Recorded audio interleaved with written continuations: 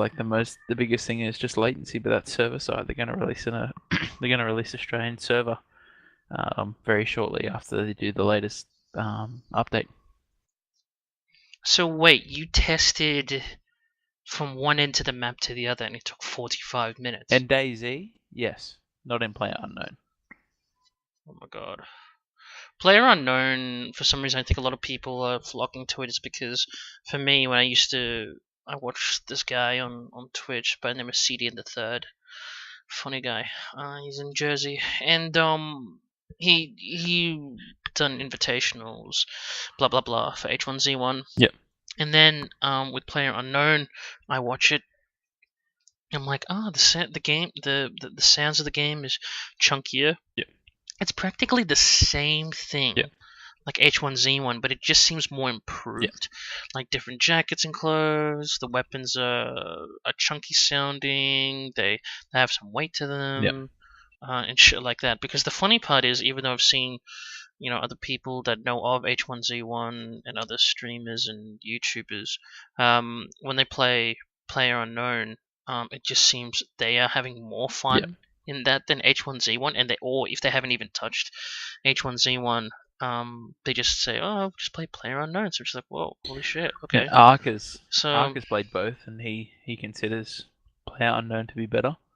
So he played H1Z1, and he just, as pretty well intimation of what you said, is what he's replied back with, and said that the guns feel more real, more like you're holding a weapon, not just some plastic or metal piece of crap.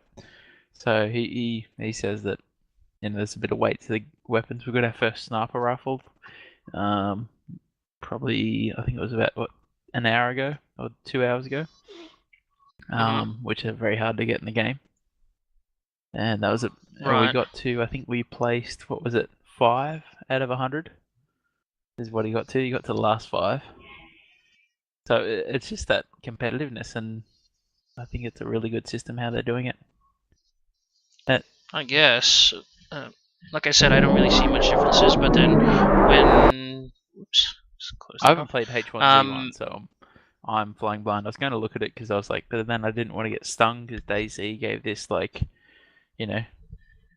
unfinished business sort of thing. It's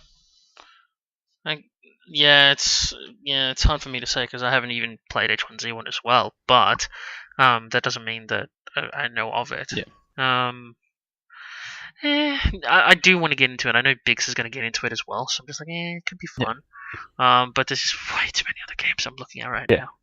And plus, I've got way too much of my Steam library to be like, okay, what am I going to do? I think it turns into another one of those ones where, it turns a bit into that, like For Honor, where it's not considered a serious game. If you're not any good at it, your game can literally last for 2 minutes because you jump in, you happen to spawn someone right next to someone who, has got a weapon, and then you punch on or you shoot each other and you're out. This elimination thing makes it very quick. So you could have a quick game of, 20 minutes and be in 5 different games if you're, learning the basics and learning not where to spawn and where not to spawn. Yeah, I've seen where you can just literally die when you're trying to find a weapon, and somebody's just like, "No, I've got a weapon faster than you," and then douche, and then you're dead and whatnot. Oh man, you bring up For Honor. Oh god, that game. Yeah. I haven't touched it for like a week or some shit, and I went back to playing it. Oh, getting wrecked. Me too. So hard. Yeah, I played it. I'm just like, I played about 2.5 weeks ago, I think it was. And this guy was level 6 Orochi, I think it was. Yeah, Orochi. Level 6. He could kill me within 2 strikes. Yes, because they were using exploits with Revenge, and then I've seen a level 12. Level 12 Dominion. Jesus Christ. Level 12, and then maximum armor and all that shit. Yeah. 2 hits. Yeah. You hit him twice, then he gets revenge practically instantly. Like literally, I think it was a pretty mismatched. It was one of those mismatched matches where there was 3 that were really low, and then him, which was level 12, and then 108, and then there was my team. There was about 2 really low, and then 2 on my level, which was I was level 693, Yeah. and then somebody else was like around that same level, and legitimately, like at one stage, I don't know what they were doing. We were losing. They were capturing points and shit. And at one stage, it was us 4 versus this guy, and it was literally 4v1. Yeah. And he must have told them not to interrupt him because we fought. They never interrupted.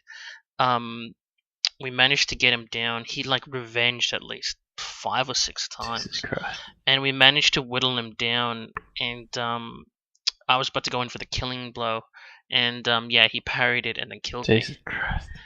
And then he got revenge when he parried me, so he got more health, and we just couldn't kill him. It was 4v1 and we could not kill That's him. ridiculous. So I was just like, nah, like that's the one thing that I didn't. It's kind of like fallen back to the Division, Yeah. where everything's like, oh, it's in the dark zone, you get the best loot, but your levels have got to be this, in the dark this, zone, and yeah, I remember that. oh god, like I legitimately checked out.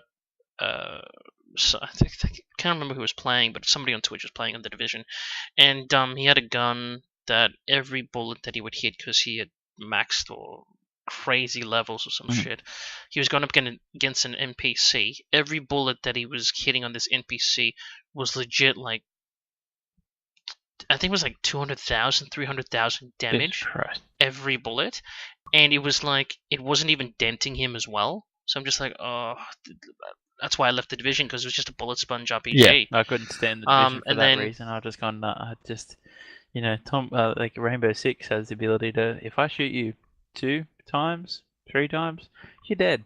Like there's no 2 ways about it. Like I couldn't stand Division because of the boss. I had to unload like 3 rounds of bullets, like, and then I still didn't kill the guy.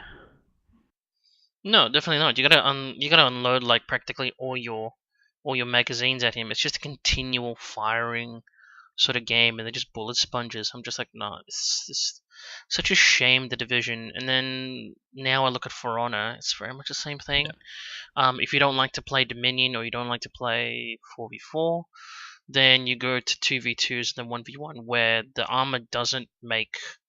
I don't think it makes a difference. Yeah. That's what it says. But then when I get people that actually get a revenge in a dual match, I'm just like, what? Okay. Yeah. So it's kind of quick, or maybe that's just me. Yeah. But they say that armor doesn't make any difference. But when you play the larger games where it's 4v4 and all that shit, and you're just like, oh. Yeah. Like you get taken down in 2 hits, revenge 6 or 7 times, or some shit. I'm just like, man, it's such a. If they are going to run that system, and I have to hit the guy 20 times for him to die, then I expect some serious boost points if I kill that guy. Like, amazing boost points. It'd be like, I don't know if you've played Pokemon, I would expect to go up like 20 levels. Like, I would Oh yeah, of course. If you have like a really weak Pokemon and you go up against somebody that's like Charizard. 5 or 6 levels higher, and then you get some sort of compensation for the hard work.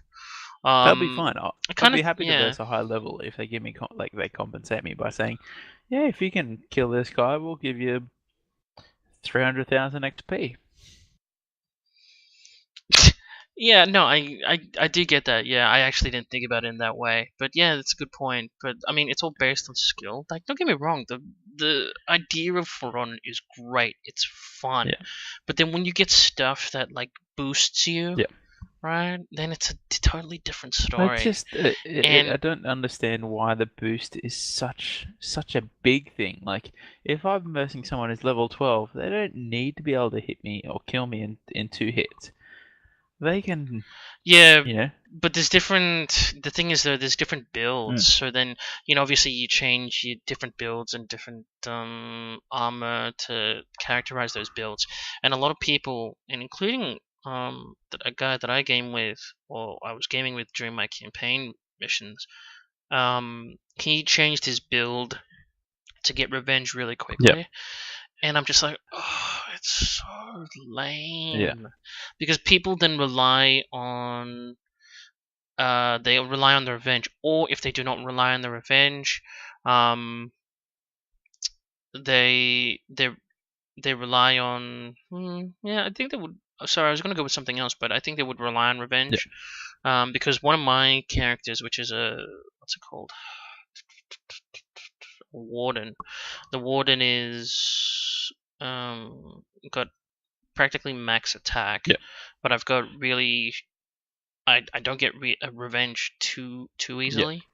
It still may not make a difference, so that's where a lot of people like base their builds or exploiting their builds through fucking what's it called through getting revenge quickly. So that's where I just like I'm and it feels as if like I'm not the only one as well, because I even watch. I mean, I follow a couple of YouTubers.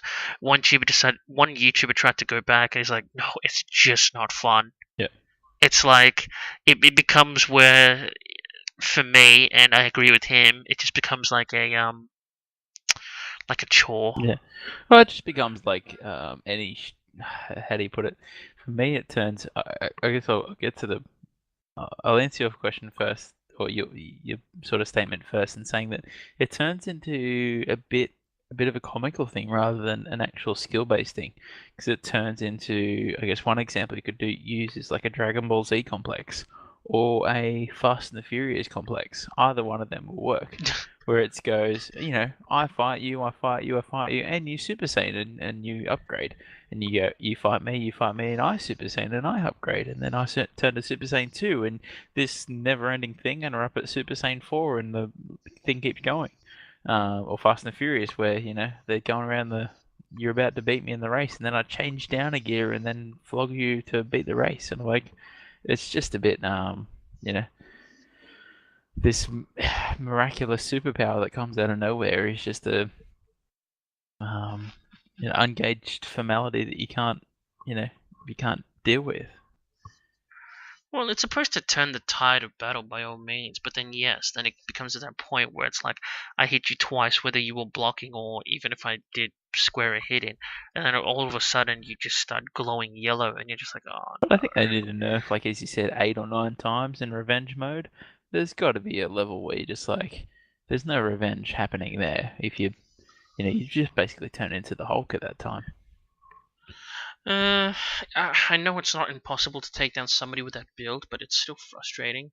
Like, I mean, you would think that in the beginning, before the revenge, before multiplayer games find there's exploits, people find the exploits, where it's like, okay, it's fun, it's all based on skill, and then there's always going to be those couple 100,000 where there's like, look, I found an exploit, this is a build, and then people start putting up on YouTube, I've got a revenge build, that'll make you practically unstoppable, and that's the one thing that will always be plagued with multiplayer games. Yeah, I mean, if they introduce that, that's part of the server, like that's part of the admin team from whoever makes For Honor. Like when I played, I guess NBA is a good example. NBA made a 3-point shooter that you could make a dunker or a shooter or a dribbler. That was basically what they made. But the 3-pointer shooter, they made him so powerful that no one could beat him online. Like you could just shoot 3-pointers all day. And then they're gone, well, hold on. This guy's just gone up 30 levels in the last 2 weeks. That seems odd. It's one of the. It reminds me as well back in the day when lands were just starting to really be opening up in Oz, like back in 2000. Obviously, that's late compared to the rest of the world. And CS Counter-Strike was coming out, and then Counter-Strike is like AWP, katush, katush, katush. Like you just hear that resonating AWP just go fucking nuts during a match, and then people exporting that. Hold on. The one-shot wonder. Hold on, sorry, what's this? AWP from what, sorry? Counter-Strike. Okay. The AWP. Did you ever play Counter-Strike? I did, but I don't know what an AWP is. The sniper rifle. So okay, yep. If you're buying it, yep, it should be. I think it was B62. Okay. Yep. Yeah. Yeah, B62. So it's that green sniper rifle. and just this loud boom, boom, boom sound, and it was the one shot wonder. Yeah. You can hit them in the leg, you hit Like them the golden in gun. the arm. The golden gun has got premise in history. AWP is like the sniper rifle. It's got But nothing. we don't need these power-ups in multiplayer games. Like, No. if you're skillful enough, you know by the scoreboard. Like, that's why I come back to Rainbow Six Siege, because I've had to learn that you can't really shoot for the body. It's always for the head, yeah, and then you get the kill. But Siege, then they start talking about Pika's advantage, and I'm just like, this is fucking bullshit. Yeah. Like, I don't need to know that, and it's just kind of. I'm a simpleton. Yeah, I don't need to know Pika's advantage. I know that there's, what's the thing called? Or it shouldn't even be in the I game. don't- Like, what is this Pika's advantage? Like, the fuck? Like, I understand the idea of using cover and covering your body, and the only thing they got to shoot for is the head. But then you've got penetration kills as well, so it's like, well, surely they can level that out. I don't think there needs to be any gain from peeking or any less gain. We already know what the gain is from peeking. That's you don't get shot in the body. They've got less of a target to hit, and they shouldn't get any more gain. Yeah, that's the thing about multiplayer games and stuff like that. People get pretty angry when things don't go their way. It's like fighting game communities, or just any sort of like betting or anything that has to do with another person that you play against, like competition wise or even non-competition wise. Yeah, people just get annoyed. So I'm just like, For Honor, I don't know. I'm pretty close to uninstalling it. It's lost my vote in terms of just until they nerf all these crazy level 12s and crazy builds. The trouble is with For Honor is I'm at a stage now where I can't get an attack blade on my sword. You should be able to. I can, but they're not the same level, if you know what I mean. Like they're not rare. They're not anything. Like sorry, they're common and uncommon, but they're not the blues. Yeah, they're not rare. Yeah, they're not rare. They're not higher levels. Yeah. I can't get a rare attack blade. I keep on getting defense, or I keep on getting what's the other one? Stamina. That one. You may have to play different modes. Yeah. If you just keep playing Dominion, or you keep playing, if you just keep playing Dominion, you have to explore with different modes. Or if you want to just keep using 500 steel for the rare boxes, you may get a blade. But then again, the blade may be rare, but it doesn't. Yeah. The 3 attributes may not match with what you're trying to build. Yeah, so. And that's the big difference. Like, I'm still on defensive blade, so I want to versus guys level 6, or if you use your guys level 12, like you can't beat him. Like, it doesn't matter how good you are at defense, if he's only got 2 hits to get you, you're gone. And then if he shoots an arrow or like anything that's not conventional, you're like, oh shit.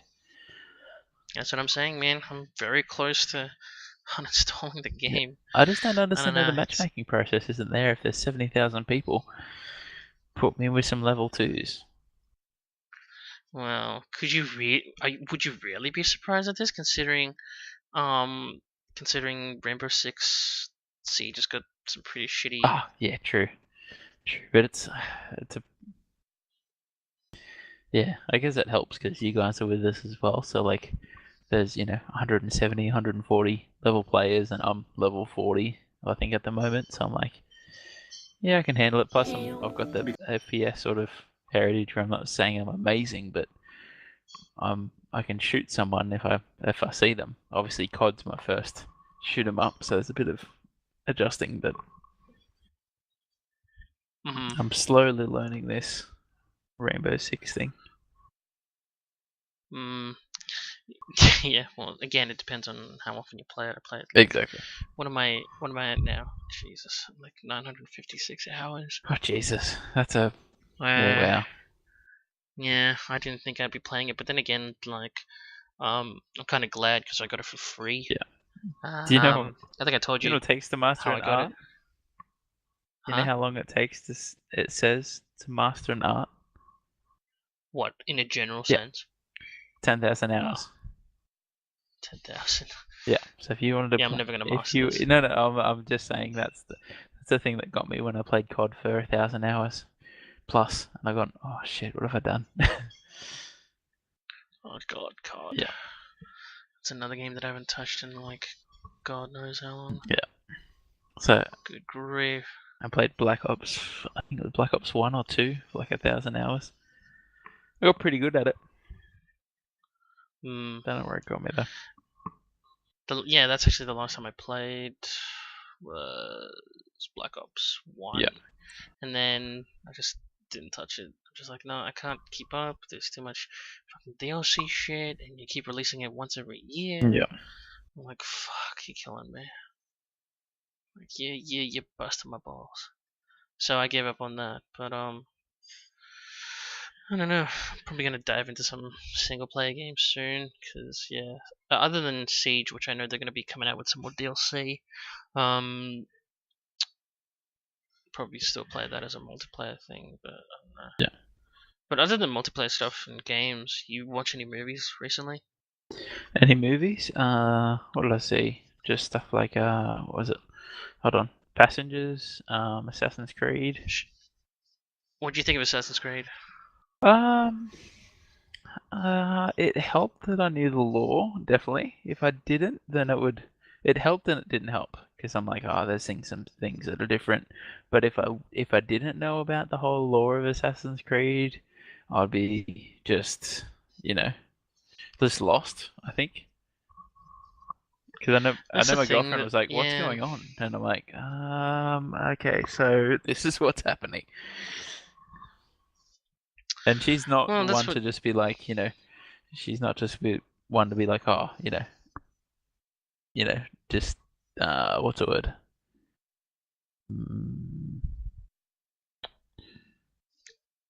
Just complacent and not knowing, how to follow a movie. She's normally up with it and going, okay, yeah, I get it now. It's all good. And she normally guesses what the ending's going to be. So she was still just in this world of where are we? Well, that's the thing. There are a lot of movies that come out. They gotta dumb it down for the people who have not played the video games, the people who do not follow the whatnot, and yeah, it's just one of those things. Like I recently went to go see Ghost in the Shell. Yeah. And are you planning to see it or? Oh yeah, I'll be planning to see it. Yeah. Yeah. Without saying too much, I just think it's sort of a little bit of the same thing. Dumbed down to suit the general audience. It has to, because otherwise they're just like, what? Yeah. Or what? Well, like the really weird thing as well is my little brother thought it was a continuation of Lucy. No. And I go, no. No. What? I'm like, no. How could it be a continuation of Lucy? No. Yeah. No, that's even. Okay, I'm not going to say anything. But I know. I gave him some shit for it. It was like, you're a retard. I still would have given him shit for it. Somebody I knew. So the really interesting thing was I went to go see it, and there's a couple of young people, and I was with a friend, and all good. And then I saw like a group of like 6 people who were senior citizens who came to watch it. I'm just like, oh, I don't know if they're gonna get this. Like, this is weird. But then I thought to myself, what if they are anime enthusiasts? Yeah. What if they are manga enthusiasts? I didn't talk to them at all when they left. I mean, I didn't really hear them. Yeah. I mean, they were pretty quiet during the movie, which is really good. But I don't know. I can only assume what they thought of it. And but when they first walked into the cinema, I was just my friend going, "Holy shit! Do you reckon they're actually gonna understand this?" And they're like, "Well, if they don't know the thing, maybe." Yeah. But like, this is so odd to see. Like, we went to go watch it, and we were just like, "This is weird." And like just seeing them walk up the stairs was like, "What?" I think the movie was alright. Yeah. But yeah, you should watch it. I don't know. But with Assassin's Creed, I watched that recently, about a couple of weeks ago. I was just like, okay. I don't think you need to have played the video games to understand it, but I think it was very faithful towards the video games, so the parkour, the climbing, the whatchamacallit, the fighting was pretty cool. The soundtrack was subpar, I will say that. I didn't. It was left to be desired. Yeah, I'm like, it was a bit left to be desired. I'm like, you've got Ezio's theme there. Like, I think there was a part there where there's like an eagle going through, like the starting scene, and I'm like, they played some like, I understand why they played it after about 30 seconds because they were trying to show that it was from the future and that they're into the future. That's why they're playing the sort of bluesy track from Band of Skulls or something like that. And I'm like, no, you could have played Ezio's theme or something from the video game. You know, can't really do Ezio because Ezio is not even in it. True, but for the general public, they didn't know that. Because I'm just trying to see here. MDB. I don't know what they've got. Gross? Huh. I guess they made back what they. Yeah, it was extremely successful. Why is the Fractured Hold by South Park still like $139 on Uplay? What are they? Fractured but Whole, because it hasn't been released yet. Okay, right. And Uplay is just. Ugh. Yeah. I'm trying to see here. Did they make their money's worth? Guess they did. 203. Okay, so they did make money. Budget. That's what happens when you get Michael Basefender in there and. What? Michael Bay wasn't in it. Michael Basefender or Fassbender. Michael Fassbender? Yeah, I'm calling him Basefender. Yeah, Fassbender. Because that's all of it. Basefender. All he's done. Look at his name. What, you don't like him? No, I like him. I think he's a brilliant actor. But his name, I just realised, was like a Fassbender. A Basefender. And then you've done like Spritney Beers instead. You just swapped the first letters. Spritney, what? Okay, no, I'm just gonna stay with Fassbender. I don't know what you're talking about. So if you look at Fassbender, if you take the first letter of Fass, don't explain and it. replace with Bender, the B, and you swap it. Yeah, I got that part. Yeah, so yes, the Basefender. Yes, that's basically it. Yeah, no, I got that, but I'm just like, why would you call him Basefender? Is that a musician thing or? Well, it's a Yeah, it is. See, there you go. It's a musician thing. It's just a clickbait thing. That's why I get the shits with it for. Clickbait thing? Who clickbaits on the guy's like name and it's completely like doesn't even work? What are you talking about? Let's see what happens if we type in Michael Basefender. Okay. Did you mean Michael Fassbender? Yep. Yes. Yep. Okay. This is almost like okay. I don't know where we're going with this. I'm just saying that his name is like it's a good name, but it's based off clickbait. Like clearly that's not his name. Holy shit! What, he was in Band of Brothers? What? No way. When was he in Band of Brothers? Oh shit. He's definitely a good actor. I think he's an amazing actor. He's been in a lot of films where a lot of people like began their careers and stuff. Like he was in 300. Oh. It's like, oh my god, that was him in 300. Wow. I didn't even. I can't picture him. I can't picture him as in 300. He was in 300 for sure. He was in 300. I don't doubt it. I was just like, makes sense. But it's interesting to see some of these actors that you see their starting roles and you just go, wow, that was a big movie because of not just the lead actors that were in it, but then the supporting actors were becoming lead actors within the next 2 to 3 years. If you watch Black Hawk Down, you've got Ewan McGregor, you've got Orlando Bloom, you've got Tom Sizemore, you've got I think Sam Shepard. Wow.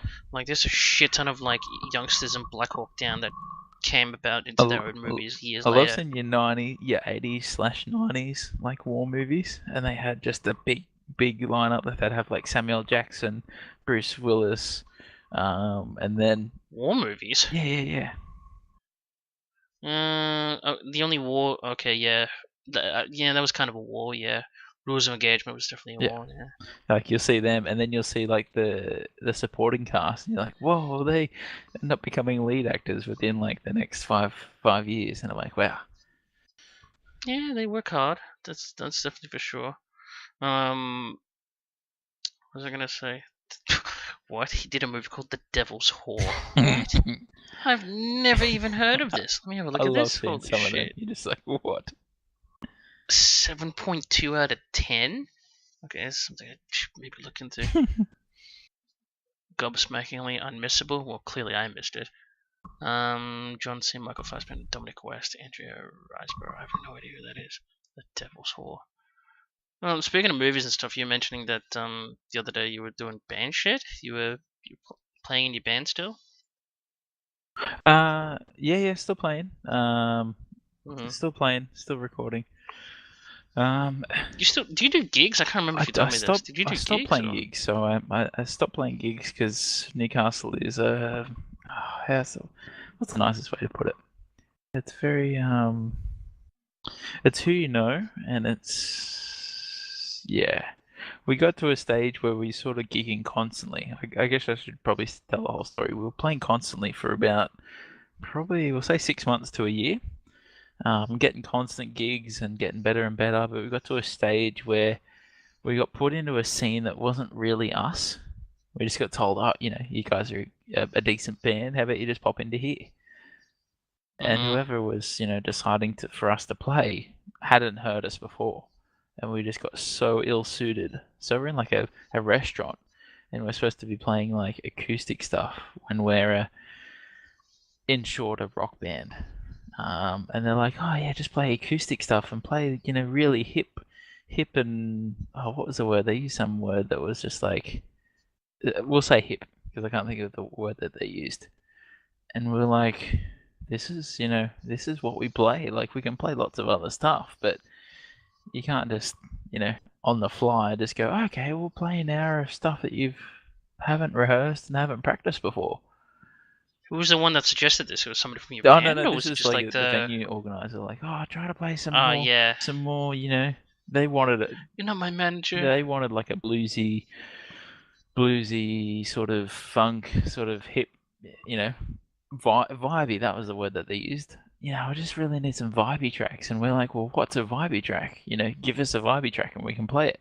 Oh, just to really, get people moving. And we're like, give us a track, give us a band, give us something, because we don't know what you mean by vibey. Long story short, we just gone, they weren't impressed with us, so we just gone, you know what, screw it. And that was one or two occasions, and it was across the one street, because it's a very happening street where they want a certain band in there. And I'm like, that's not us. If you want a certain band in there, then you get that band. If you want a funk blues jazz band, then that's not us. We can play bluesy stuff, but tell us at the start. Give us that preparation. Don't try to change us halfway through the set and go, oh, do you want to play some vibey funk jazz stuff? It's not that we can't play it, but we're ill prepared. Well, maybe he thought that you guys were like really skilled and you could just change it on the fly. Yeah, but that's like trying to tell, I don't know, who's a good example, Joan Jett or the Foo Fighters or something. Just go, you know what? Play some James Brown for me. Yeah, that's a bit tough. Yeah, and then we're just gonna be like, what? Who have you had in before? Because you should have just got him in again. So, we ran into that problem. We got some. I guess the good thing is we got some good experience on the set and gigging and some good responses. But our last two gigs were just the kryptonite, I guess, for us, and just gone, okay, fine. This is what we've got to run up against. And they're better gigs for the sake of paying, like they paid better. But you had to. It came into a cookie cutter situation where we're going, well, I don't want to be a gingerbread. I want to be a, something else. When was the last time you actually did a gig? Probably. If I've been here for, probably going to be about 3 years now. Mm-hmm. So the last time was 3 years ago. Yeah. Oh, Jesus, wow. Yeah. And where did you play? You played mainly around where you were, like obviously Newcastle? Yeah, played in Newcastle. So, yeah, it's been I guess a bit of a deterrent, but at the same time, we just realised that we need to try to hit the online avenue, and that's it. That was the other thing as well. Like you play, no matter how many people you got to the gig, it'd still only be 100 people or 70 people or 20 people. And you're like, when you've been practicing for 3 hours, you don't really like. It doesn't bother me how many people I play to, but when you think of an online spectrum, where if you spend 6 hours practicing, for instance, plus the time you spend on stage, so I'd say it's 3 hours, you're up to 9 hours. For me, it was just time management. So I've gone, well, if I spent 9 hours on a song, put it online, how many people would get to see it? And most of the time, it would be more than what would actually come to a gig. So I'm like, if you're doing, as you'd know, if you keep on doing videos and all the time, you'd start to see a bit of a following. Yeah, that makes sense. So for me, well, yeah. Actually, speaking of music, are you still your SoundCloud stuff? Is that still being updated, or you don't really update it anymore? I have dropped the ball, so I haven't updated it for a little bit. I've been trying to make some stuff for a friend from another clan, but he wants me to make. Again, it comes into a bit of a cookie cutter situation where he wants me to make trap music, and I haven't made trap music before, so. I've had 2 attempts and failed, so yeah, we'll see. What was the SoundCloud thing again? After Vintage is the SoundCloud. So it's soundcloud.com/after vintage? Yeah, that'd be pretty close. Yeah. Wait, how do I spell after vintage again? AFTER. Yeah, and then vintage. You'd normally spell it. Oh, vintage. Sorry, vintage. Yeah. I don't know why I thought vintage. So after vintage. Okay. Yeah. So yeah, it's interesting, but I mean, I've still got plenty of guitars here. I've still got a bass guitar, a piano, keyboard, and all this sound stuff. It's just finding the time, getting motivated.